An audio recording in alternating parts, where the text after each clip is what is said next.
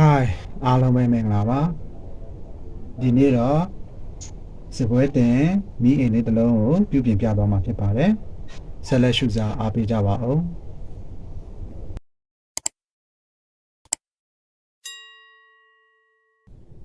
Take Uni YouTube Channel ကနေຫນွေထွေးစာကြိုဆိုပါတယ်ဒီမှာစပွဲတင်မိအိမ်လေးတစ်လုံးမိမလင်းတော်လို့ရောက်လာတာဖြစ်ပါတယ်အဲ့ဒါဘာဖြစ်တာလဲဆိုတာကိုစစ်ဆေးပြီးတော့ပြုပြင်ကြည့်မှာဖြစ်ပါတယ်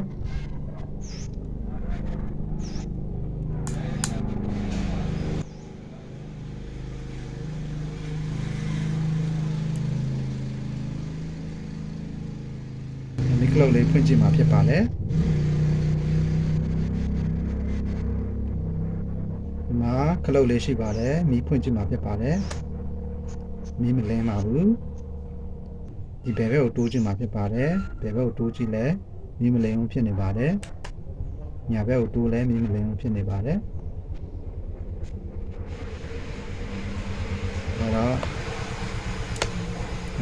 ဒီနောက်ကစကူလေးတွေဖြုတ်ပြီးတော့ဖွင့်ကြည့်မှာဖြစ်ပါတယ်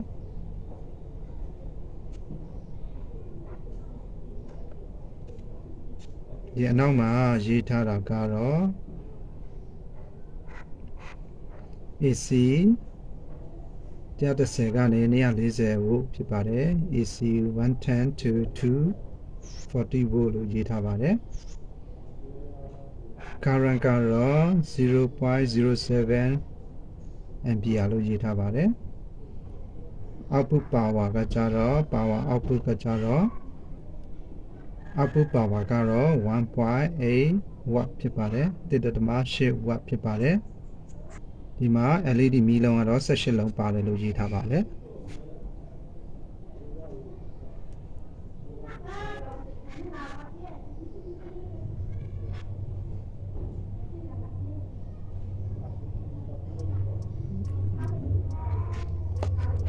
အဲ့တော့ဒီမီးအိမ်လေးကိုဖွင့်ကြည့်ဖို့အတွက်အောက်ကစကူလေးလုံးကိုဖြုတ်လိုက်မှာဖြစ်ပါတယ်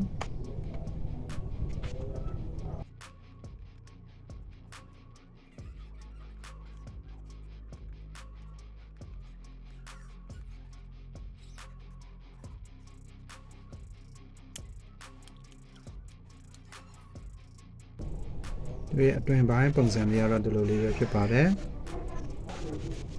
ဒါကတော့ဘက်ထရီဖြစ်ပါတယ်ဒါကတော့အဓိက circuit board ဖြစ်ပါတယ်အဓိက PCB board ဖြစ်ပါတယ်ဘက်ထရီကိုဖြုတ်ကြည့်မှာဖြစ်ပါတယ်ဒီဘက်ထရီလေးကိုဖြုတ်ကြည့်မှာဖြစ်ပါတယ်ဒီဘက်ထရီလေးကိုဖြုတ်ဖို့အတွက်ဒီဖုန်းလေးကိုထပ်ပြီးတော့ဖြုတ်ရမှာဖြစ်ပါတယ်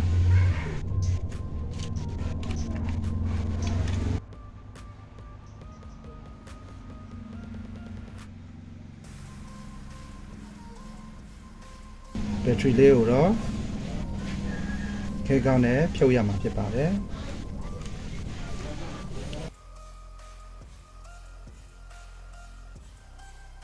ဘက်ထရီကိုဖြုတ်ထုတ်လိုက်မှာဖြစ်ပါတယ်ဘက်ထရီကိုဖြုတ်လိုက်ပြီဖြစ်ပါတယ်ဒီမှာ main circuit board ပဲကျန်တာကိုတွေ့ရမှာဖြစ်ပါတယ်နောက်ဘက်ထရီကိုမီတာလေးနဲ့တိုင်းကြည့်တာဘူးအားလုံးဝမရှိတော့ဘူးဖြစ်ပါတယ်အဲ့တော့ဒီဘက်ထရီကလုံးဝအားမရှိတော့တာဖြစ်တဲ့အတွက်ကြောင့်မလို့ဒီဘက်ထရီဖုန်းလေးတွေကိုဖြုတ်ပြီးတော့ဘက်ထရီထဲထည့်တဲ့မိုးရေလေးတွေကိုပြန်ပြီးတော့ဖြည့်ပေးလိုက်တာဖြစ်ပါတယ်ပြီးတော့နိုင်ရွက်လောက်အားပြန်တွင်းပေးလိုက်တဲ့အခါမှာ 3.8 volt လောက်ပြတာကိုတွေ့ရပါတယ်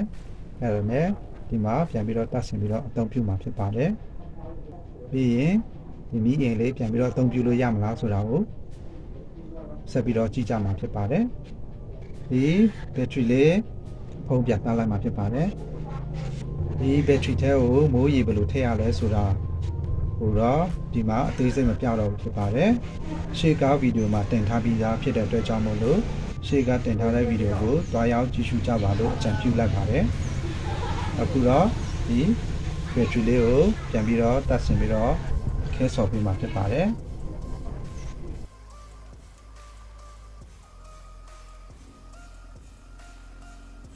ဘက်ထရီလေးကိုပြန်ပြီးတော့ခဲဆော်တက်ဆင်ပေးလိုက်မှာဖြစ်ပါတယ်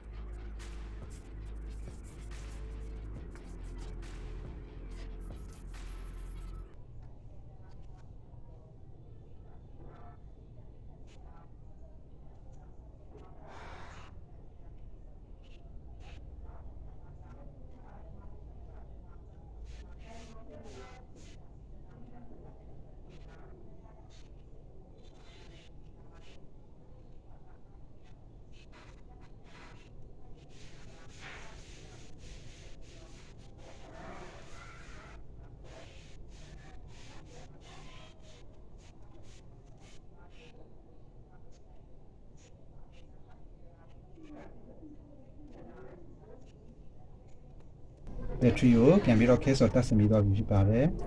အဲ့တော့ဒီပေါ်ကအဖုံးလေးကိုပြန်ပြီးတော့တက်ဆင်မှာဖြစ်ပါတယ်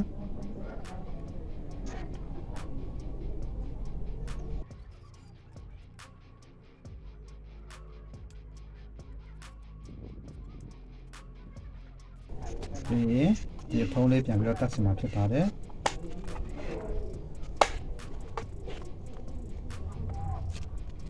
ပြီးရင်စကူလေးတွေပြန်ပြီးတော့တက်ဆင်ပေးမှာဖြစ်ပါတယ်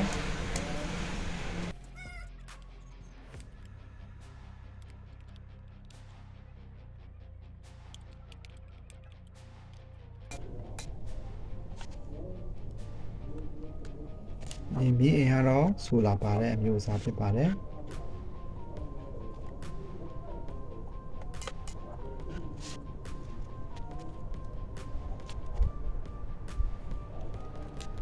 ဘက်ထရီလေးပြန်ပြီးတော့တက်ဆင်ပြီးတော့ဖြစ်တဲ့အတွက်ကြောင့်မလို့ဒီမီးအိမ်လေးကိုဖွင့်ကြည့်မှာဖြစ်ပါတယ်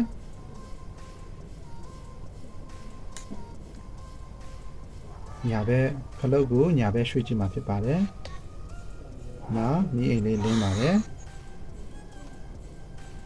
ပြန်ပိတ်လိုက်ပါမယ်ပြီးရင်ခလုတ်ကိုဒီဘယ်ဘက်ကိုရွှေ့ကြည့်မှာဖြစ်ပါတယ်ဘယ်ဘက်ကိုရွှေ့လဲမီးသီးလေးတွေလင်းတာကိုတွေ့ရမှာဖြစ်ပါတယ်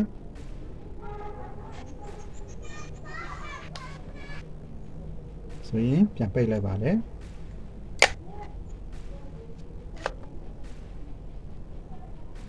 ီအားကြတော့ဆိုလာနဲ့အားသွင်းမယ်ဆိုရင်ဒါဒီဘက်ကိုဖွင့်ထားရမှာဖြစ်ပါတယ်ဆိုလာနဲ့အားမသွင်းချင်ဘူးဆိုရင်ပိတ်ထားလို့ရမှာဖြစ်ပါတယ်ဆိုလာအတွက်အဖွင့်ပိတ်ခလုတ်ဖြစ်ပါတယ်ဒါကတော့မီးအဖွင့်ပိတ်ခလုတ်လေးဖြစ်ပါတယ်ဒါကတော့အားသွင်းဖို့ပလက်ကောင်းလေးဖြစ်ပါတယ်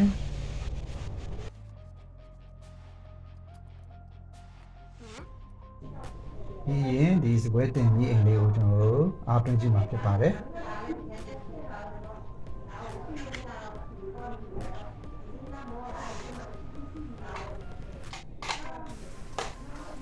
လက်ကိုထူထားလိုက်ပြီဖြစ်ပါတယ်ပြီးရင်ဒီခလုတ်လေးဖွင့်လိုက်မှာဖြစ်ပါတယ်ဒီခလုတ်လေးဖွင့်လိုက်တော့ဒီမှာမီးလေးလင်းလာတာကိုတွေ့ရမှာဖြစ်ပါတယ်ဒါဆိုရင်အိမ်ကြီး AC မီးနဲ့လည်းအားသွင်းလို့ရတဲ့အဆင်ပြေတယ်ဆိုတာတွေ့ရမှာဖြစ်ပါတယ်ခလုတ်လေးပြန်ပိတ်လိုက်ပါမယ်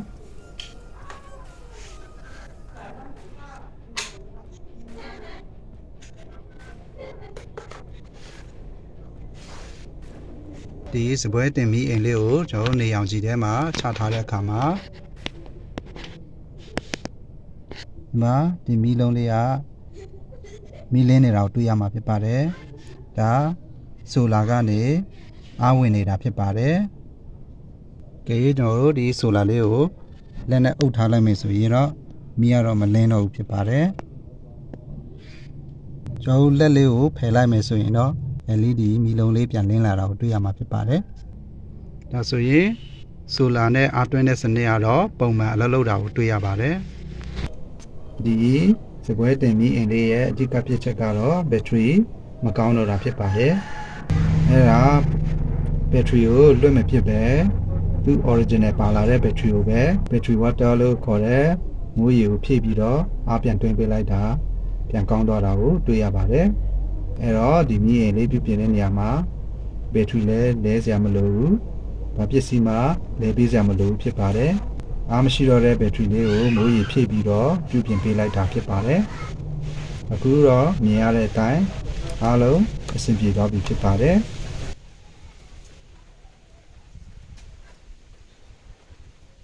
ဒီနေ့ကတော့ဒီလောက်ပါပဲ။လာရောက်ကြည့်ရှုအားပေးကြတဲ့မိတ်ဆွေများအားလုံးကိုအထူးပဲကျေးဇူးတင်ပါတယ်။